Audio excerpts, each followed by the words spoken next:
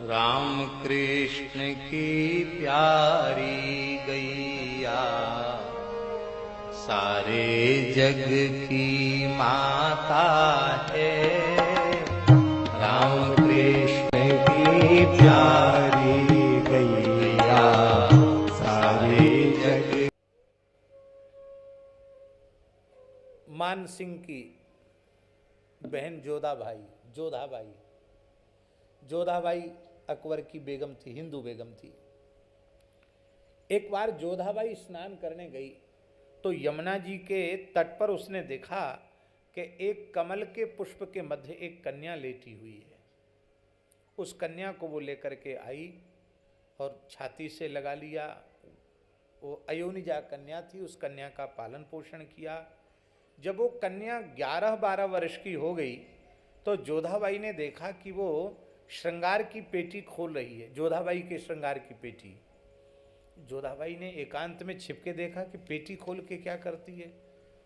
तो उसने बढ़िया पेटी खोल के सुंदर जड़ाऊ साड़ी निकाली, सुंदर साड़ी पहनी, अपना पूरा 16 श्रृंगार किया और वो महल की छत पर जाकर खड़ी हो गई, निहारने लगी।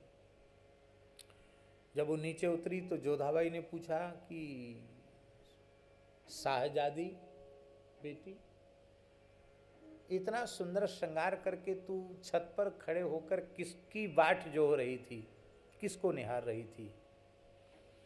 तो जोधाबाई ने उस कन्या ने कहा कि ये मेरे प्रियतम के गैया चराकर लौटकर आने का समय है, तो मैं अपने प्रियतम की बाट जो हो रही थी।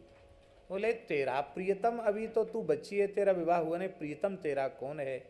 कन्या के नेत्र भराए, बोले श्याम सुंदर श्री कृष्ण ही मेरे प्राण जीवन धन प्रियतम हैं।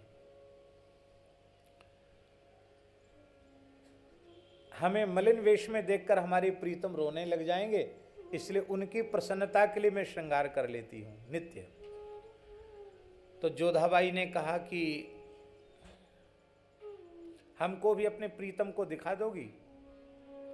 बोले तो ठीक है, कल चलना।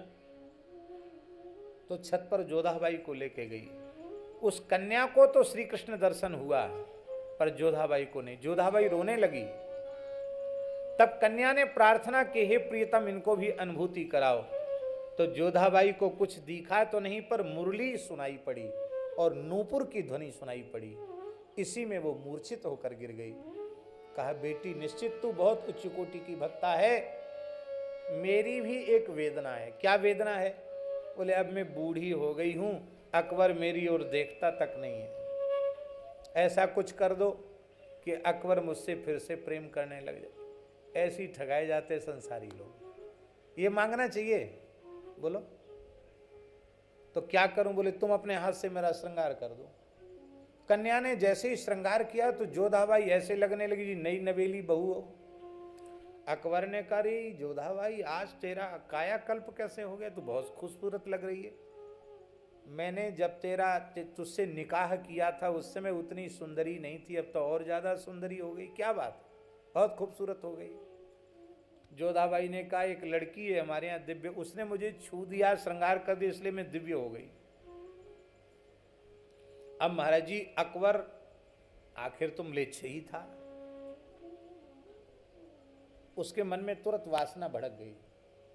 उस सुंदरी कन्या से तो मैं निकाह करूंगा, विवाह करूंगा, शादी करूंगा। बोले कन्या को तत्काल मेरे सामने प्रस्तुत करो।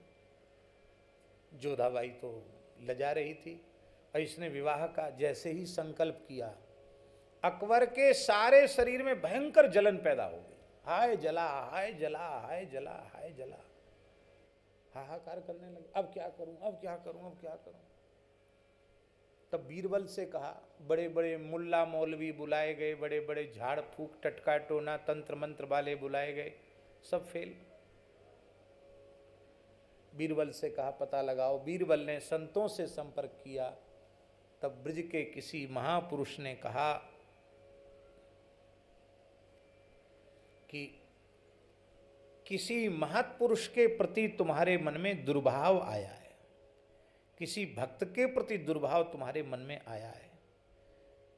इसको दो ही महापुरुष दूर कर सकते हैं, या तो तुलसीदास जी या सूरदास जी। तो सूरदास जी को बुलाओ। सूरदास जी को इसलिए बुलाया गया था।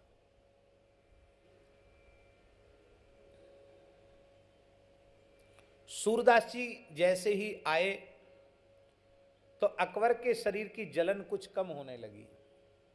अकबर ने कहा कि रे तुम्हारे आपके आते ही मेरी जलन कम हो गई, मेरे भीतर जलन का कारण क्या था?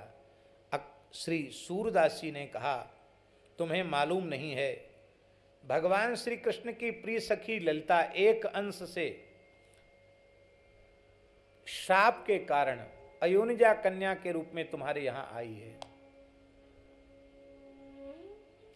अकबर ने कहा कि तुम जो कुछ कह रहे हो ये ठोस प्रमाण है कि कोरी भावुकता है?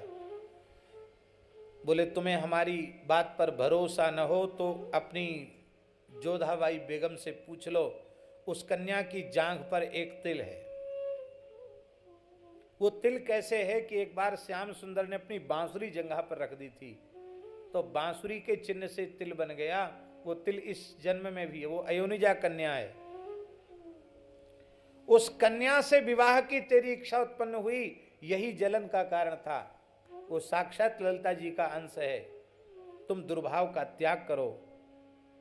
अकबर ने जोधाबाई को कहा कि पता लगा। बोले बिल्कुल सही है, कन्या की दाहिनी जांघ पे तिल है। तब बोले उस कन्या को बुलाओ दरबार में। कन्या दरबार में आई। जैसे ही आई बादशाह ने मस्तक रख करके भूमि पर प्रणाम किया। जोधाबाई संग लेकर आई। सूरदास जी ने कहा ललिते तो ही बूझत साह जहां। क्या कहा सूरदास जी ने? ललिते तो ही बूझत साह जहां। कन्या ने कहा उद्धव तजी श्याम तुम आए कहां? तुम उद्धव हो, श्याम को छोड़कर यहां कहां भटक रहे हो? इतना कहते ही उस कन्या ने योगाग्नि में अपने शरीर को भस्म कर दिया और श्री सूरदास जी रोने लगे।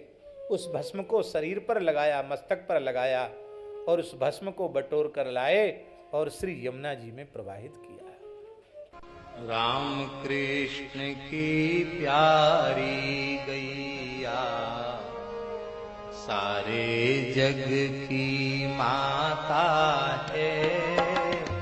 राम कृष्ण की प्यारी